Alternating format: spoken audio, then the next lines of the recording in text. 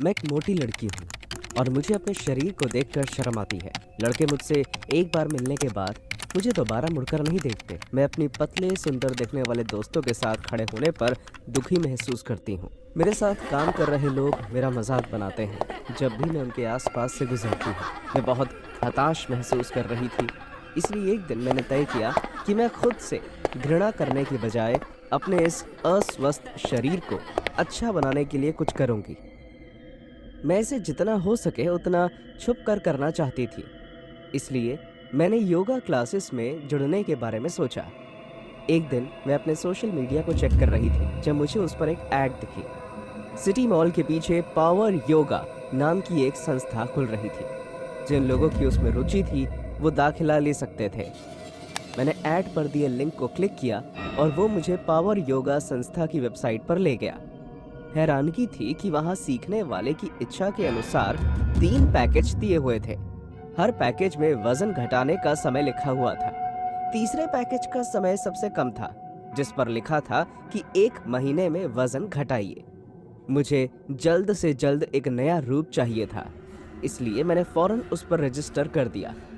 उनकी वेबसाइट और उस पर लिखे पैकेज काफी सही लग रहे थे, इसलिए मैं कुछ अच्छे की उम्मीद कर रही थी। अपनी पहली क्लास के लिए दिए गए पते पर मैं सुबह 6 बजे पहुंच गई। संस्था के खुलने के इंतजार में उसके बाहर 10 से 15 लोग खड़े थे। मैंने उनके साथ वहां इंतजार किया। कुछ ही सेकंड्स में मुख्य द्वार खुला और एक सुंदर लड़की योगा के कपड़े पहने हुए, जो उस पर बहुत खूबसूरत लग रहे थे, उस दरवाजे से बाहर आई। वो हमारे सामने आकर खड़ी हो गई और बहुत प्यार से कहा, पावर योगा में आपका स्वागत है। हम आपको आपके निर्धारित गुरु के पास भेजेंगे, लेकिन उससे पहले हमें आपका वजन नापना होगा। एक एक करके आपको इस वजन की मशीन पर खड़े होना है ताकि हम आपका वजन नाप सकें। हमने एक लाइन बनाई और एक एक कर सब अपना वजन नापने लगे। उस लड़की ने हमारा वजन लिखा और फिर एक लड़के ने हमें 3 दलों में बांट दिया। हर दल में 5 लोग थे। मेरे दल में 2 मध्य उम्र की काफी भारी वजन वाली औरतें थीं, एक जवान मोटा लड़का और एक और लड़की जो तकरीबन मेरी उम्र की थी। उस संस्था से एक और लड़की बाहर निकल कर आई और हमें बाएं ओर बनी बिल्डिंग की ओर ले जाने लगी। आप लोगों को पावर योगा के सबसे बेहतरीन गुरु दिए गए हैं। अगर आप दुनिया के बेहद खूबसूरत इंसान दिखना चाहते हैं तो बस उनकी एक एक बात मानते जाइएगा। Best of luck. ऐसा कहते हुए उसने हमें बड़े से लकड़ी के दरवाजे के आगे छोड़ा और चली गई। हमने धीरे से उस दरवाजे को धक्का दिया और अंदर घुस गए। अंदर घुसते ही मुझे ऐसा लगा जैसे मैं किसी दूसरी दुनिया में आ गई हूँ। उस कमरे में खिड़की नहीं थी, सिर्फ छत पर एक छोटी खिड़की बनी हुई थी ताकि हवा आ जा सके। तेज खुशबू वाली अगरबत्ती ने मेरे गले को जैसे चीर दिया हो। जमीन पर 5 योगा मैट बिछे हुए थे। छत पर लगी लाइट्स ने हर जगह को जगमगा दिया था। योगा मैट्स के आगे एक बड़ा लकड़ी का टेबल पड़ा था, जिस पर एक आदमी बिना शर्ट के ध्यान लगाए बैठा था। उसके सर के ऊपर लगी लाइट्स की वजह से वो भी ठीक से दिख रहा था। मैंने ध्यान दिया कि स्पॉटलाइट के अलावा कमरे में और कोई लाइट नहीं लगी हुई थी। अपनी अपनी जगह लीजिए। तुम दोनों मोटी लड़कियां आगे आकर बैठो। जिस तरह से उस आदमी ने हमसे बात की, उसे सुनकर हमें बहुत गलत लगा, लेकिन किसी ने कुछ नहीं कहा। मैं आपका गुरु हूं और इस पूरे सेशन के दौरान आप में से कोई भी कुछ भी नहीं बोलेगा जब तक मैं ना कहूं। आप सिर्फ अपना सर ऊपर से नीचे हिलाएंगे हाँ के लिए और दाएं से बाएं ना के लिए, समझे? हम सब ने अपना सर ऊपर से नीचे हिलाते हुए हाँ कहा। बहुत बढ़िया, तो चलिए शुरू करते हैं। आप इस सेशन के सबसे ज्यादा मोटे लोग हैं, लेकिन मैं खुश हूं कि आप सब ने अपने अंदर बदलाव लाने के बारे में सोचा। अब अपना हाथ उठाइए अगर आप खुद से मोटे होने की वजह से नफरत करते हैं तो। सबने अपना हाथ उठाया सिवाय उस लड़की के जो मेरे साथ बैठी थी। हमारे गुरु ने उस लड़की को गुस्से भरी नजर से देखा और आराम से कहा, अच्छा तो मोटा होने की वजह से तुम अपने आप से नफरत नहीं करती? उस लड़की ने अपना सर दाएं से बाएं घुमाते हुए ना कहा। और ऐसा क्यों? क्या तुम नहीं जानती कि तुम कितनी बदसूरत दिखती हो? रुको, क्या? हाँ, मेरा मतलब है देखो जरा खुद को, अपने मोटे शरीर को देखो और उस पर लगे इस भद्दी शक्ल को। तुम खुद को शीशे में देखती भी कैसे हो? ओह माय गॉड, तुम हम सब पर इस तरह से बर्ताव क्यों कर रहे हो?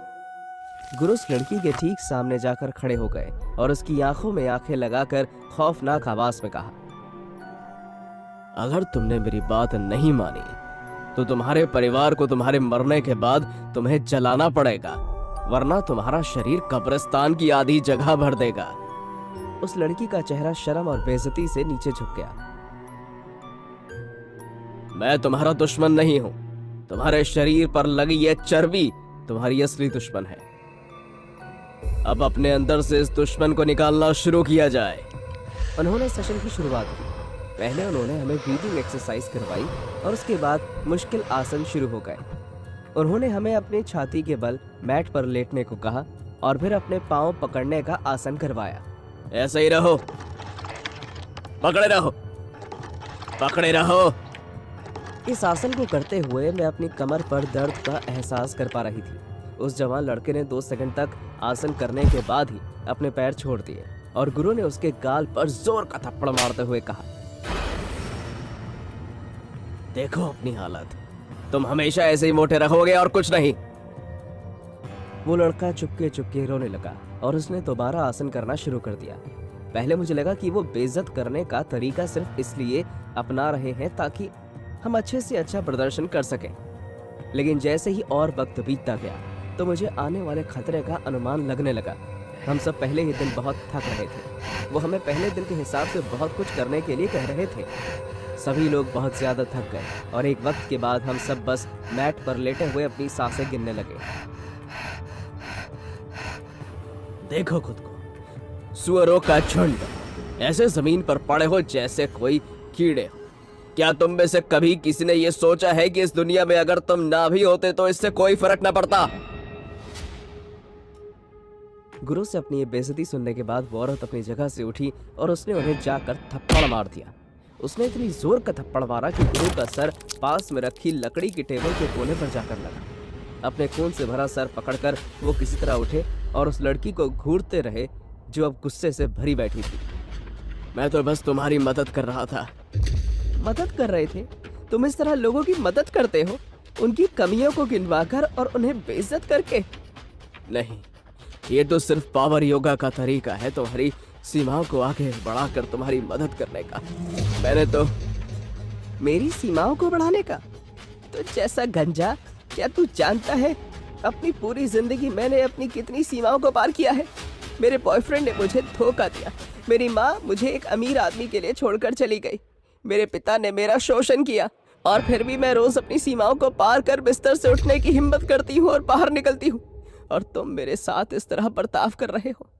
बस बहुत सह लिया मैंने, आओ देखें कि तुम्हारा शरीर कितना लचीला है। इसके बाद जो उस लड़की ने किया उससे आज भी मेरी दिल की धड़कनें तेज हो जाती। उसने उस आदमी को उसकी गर्दन से पकड़ा और उसका सर लकड़ी के टेबल पर तब तक मारती रही जब तक उसका सर फट कर बाहर नहीं आ गया। इस बात पर कोई शक नहीं था कि वो हम सबसे ताकतवर थी और हम सब में से सबसे ज्यादा वजनदार थी।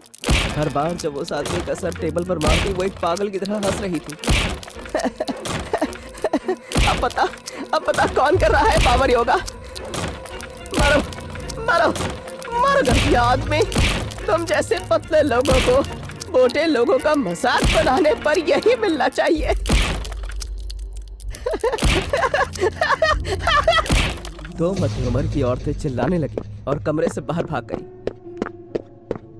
वो लड़का इतना डर गया था कि वो ना हिल पाया और ना ही कुछ बोल पाया, और मैं बस वहीं खड़ी रही उस लड़की को देखती रही। कुछ ही मिनटों में उस संस्था के कर्मचारी वहां आ गए, लेकिन तब तक बहुत देर हो चुकी थी। वो योगा गुरु का कुचला हुआ चेहरा देखकर चीख पड़े। पुलिस आई और उस औरत को गिरफ्तार करके ले गई। हैरानगी की बात थी कि उसने खुद को छुड़ाने जैसी कोई हरकत नहीं की। खून से लथपथ वो गाड़ी में जाकर बैठी और चली गई। मैं अभी भी मोटी हूँ और घर पर ही थोड़ी बहुत एक्सरसाइज करती हूँ। मैं कोशिश करती हूँ कि मैं स्वस्थ खाना खाऊं, और चाहे कितना भी समय क्यों न लग जाए, मैं कभी योगा क्लास दोबारा ज्वाइन नहीं करूँगी।